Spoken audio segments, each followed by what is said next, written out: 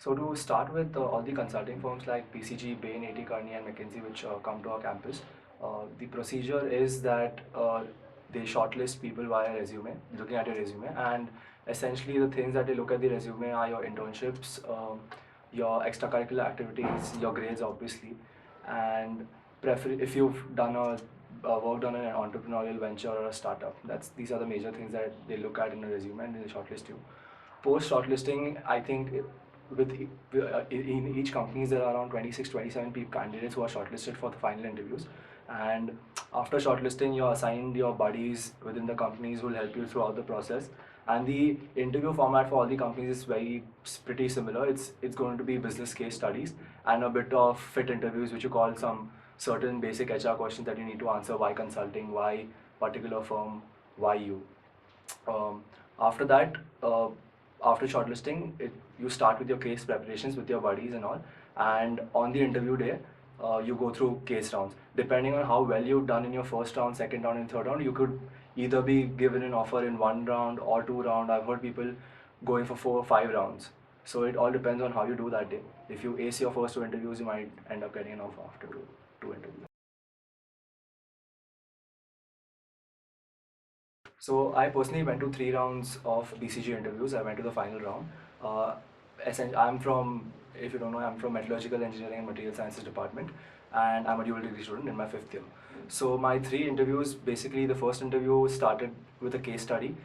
So initially when you go into an interview, the interviewer would like to ease you down as you're very tense and all. So the first 5-10 minutes would be very casual, informal, talk about what you do, what you want to do in life, and generally about you, introducing each other. After that, you dive right into the case study. So my first case with BCG was a profit and loss case.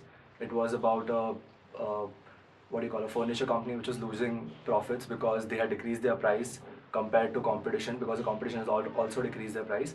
And it was basically very simple. You could just use the profit and loss framework, as the standard frameworks are there for case studies. I guess Victor Cheng is the best, which almost every consulting aspirant follows. So using that, you could solve the case. Now, what I felt very essential in these interviews are that when you solve the case, you not try to use the same framework as it is. You try to mold it. So there are check boxes. There might be 8 check boxes, but only 4 might be relevant. So good candidate, a difference between the good candidate and a okay candidate is an okay candidate would like to check each and every box off. A good candidate would like to go for the four most important boxes first, and then just check the last 4 boxes at the end, and very subtly. So that saves time, and secondly, that shows that you know what you're doing. You know what is important, and you're tackling that first. It's again the 80-20 rule. You need to tackle the 80% of the problem first, and then with 20% of the efforts, basically. So towards the end, what I felt very essential was to take feedback after the interview. When you're done with the interview, you should absolutely, this is one thing which I would suggest everyone to do, is take feedback on how you've done and how you could improve in the further rounds. Just not with BCG. If you're interviewing with some other firm, later he could give you some really nice feedback. And the feedback that I got was to speak a little slowly. So yeah, I think that helps. I mean, sometimes you tend to speak very fast, and so yeah, that really helped me towards the end. I had to slow my pace a bit down. So here my first round ended, and after the first round, they really liked me, and I was called for the second round. My second round was with the partner, which was again a 20-minute interview, I guess, and it was cut short in between where he had to go somewhere. So the first 10 minutes was again HR questions. He wanted to know me better. He wanted to ask me what I wanted to do. Since I had done CFA, he wanted to ask me why not finance and why consulting. After answering all those questions, he gave me a small case. The case that I got in my second round was very unconventional one. You could not apply all your standard frameworks that you've done. So what is very essential in case solving when you're solving a case is not to try and force fit a framework. Just take a step back, use the first principle, and cover all your bases. So the case I got was that a cellular company was losing its customers, and they were planning to spend on customer service. So how should they spend the money? So essentially, it was a question. It was a problem of losing customers, and so you had to confirm that whether the customers were lost was because the customers were leaving or they were not having new customers. So it's a two-way problem, and you tackle them differently. So once you do that, after doing that, the basic logic what suggests is they would like to spend as much money on customer service to the people who give them the most value, right? That's what they want to do. So you take that and you go ahead with making sections as to high value customers, low value customers. High value customers, the services that they use, how could you make them better? Low value customers, the services that they use, can you do something about it? And if you can, great.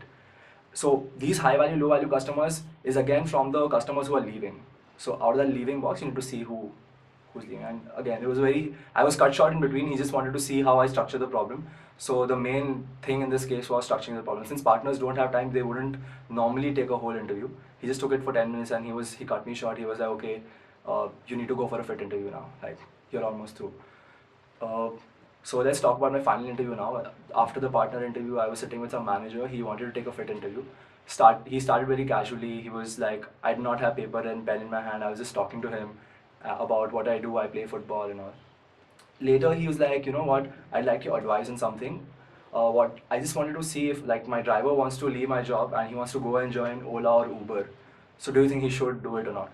So at the start, I started asking him some questions. I thought it was just a normal question. I started asking him some questions. He started giving me some hints, some data. So what I thought was, I should write it down. I'd forget it. 2-3 minutes later, I realized it was a case. So I think it's very critical in every interview. Even if they say it's a fit interview, you need to write everything down what the interviewer says. If he poses the question, you have to write it down. It's bad asking for data in between the case. I forgot this data. Could you repeat it? That leaves a very bad impression. So turns out that it was a basic cost benefit analysis. The benefits that he was getting currently, what did he want in future? Did he want a stable income with a security, or did he want high income in the short run and less stable future, as these are all startups? You had to see the incomes and you had to solve. It was a very simple case, but had a lot of data, so you had to need to have that presence of mind that it's a case, you need to write it down. So the critical thing here was writing it down. And this was the final interview with BCG. I think that's it. Yeah. So starting with the shortlist first. The shortlist in our college rolls out somewhere around in mid-October. So the criteria for shortlisting is generally they look at 3-4 things in your resume. That is your interns, your grades, your experience as a leader or some position of responsibility that you've taken, and your extracurricular activities. And generally what has been like the trend is that if you excel in 2 or 3 out of these 4 major levels, you'd probably end up getting a shortlist in consulting firms, in the major consulting firms. So this is what helps you get shortlisted for these firms. And after shortlisting, like the shortlist comes out in mid-October. After shortlisting, people prepare for case studies. The case studies are basically the interviews, the interview format for these consulting firms. They take business situation cases. So for the case studies, the way we prepare is that we make case groups around 4 to 3 people. I would suggest not more than 4 people in a group, because there's a lot of waiting and it just wastes time. So I had 2 groups of 3 people in one group and 4 people in the other group. And what happens essentially is, in a group, one person gives the case to the other 2 observe, and after the case, 3 give feedback to him, and then that's how you gradually improve. Right? And for the study material as to how to start off with cases, I'd used, and most of the people in our campus used Victor Cheng's case interview secrets videos. It's a series of, I think, odd 11-12 videos, which if you see, you'd have a very fair idea about what the case study is. And you can just dive right into it and start and improve as you practice. So essentially there are basically 3-4 types of cases. First would be the profit and loss cases, which are fairly straightforward, and you can always use a standard framework to get the answer. The second would be a business situation case or a market entry case. There's a framework for this, and what happens is, as you are more proficient with the case, you can mold around the framework and get the answer fast. It's a very long process if you follow the framework as it is.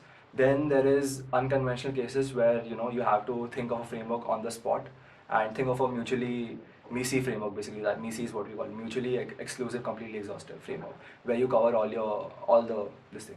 For example, let's say we're talking about profits. So the 2 things that constitute profits is revenues and costs. So this framework, looking at revenues and costs, is MISI, basically mutually exclusive, completely exhaustive.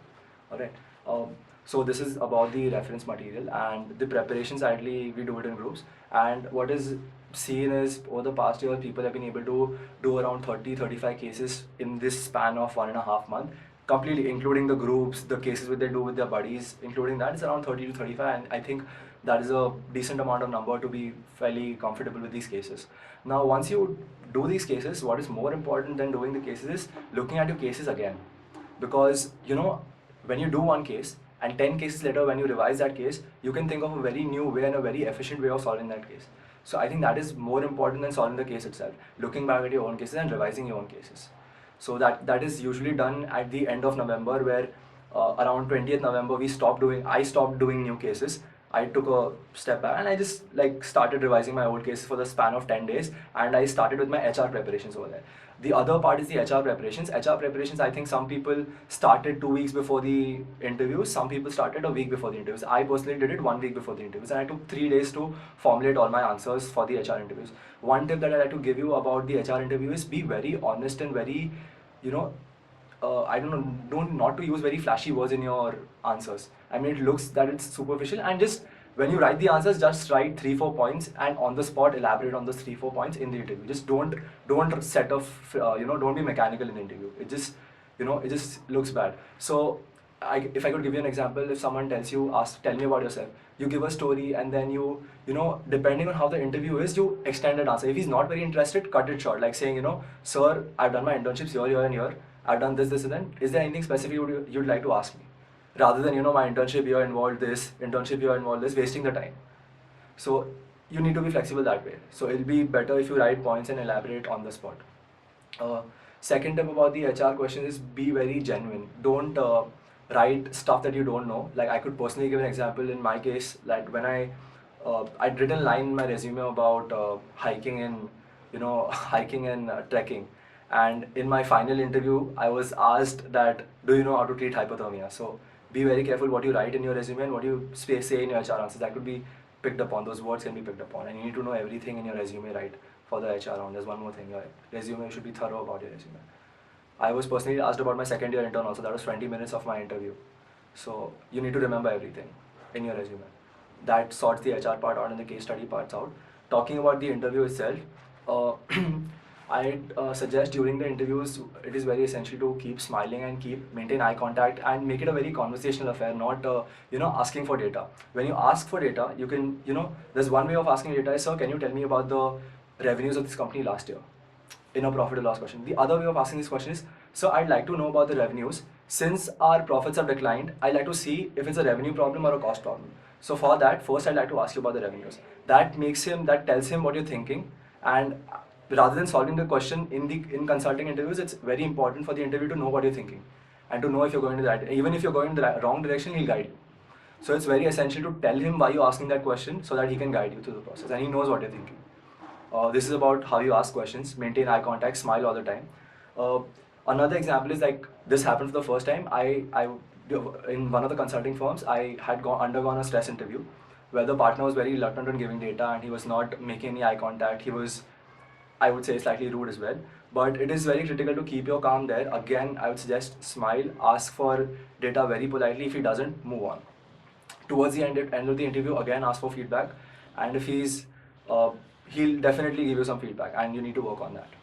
And the stress interview works. I mean, I think it's very similar to real life situations in consulting, because in consulting you'll be facing clients asking for data, and some of the clients might not be very polite or very gentle in giving you data and might not give data very fast.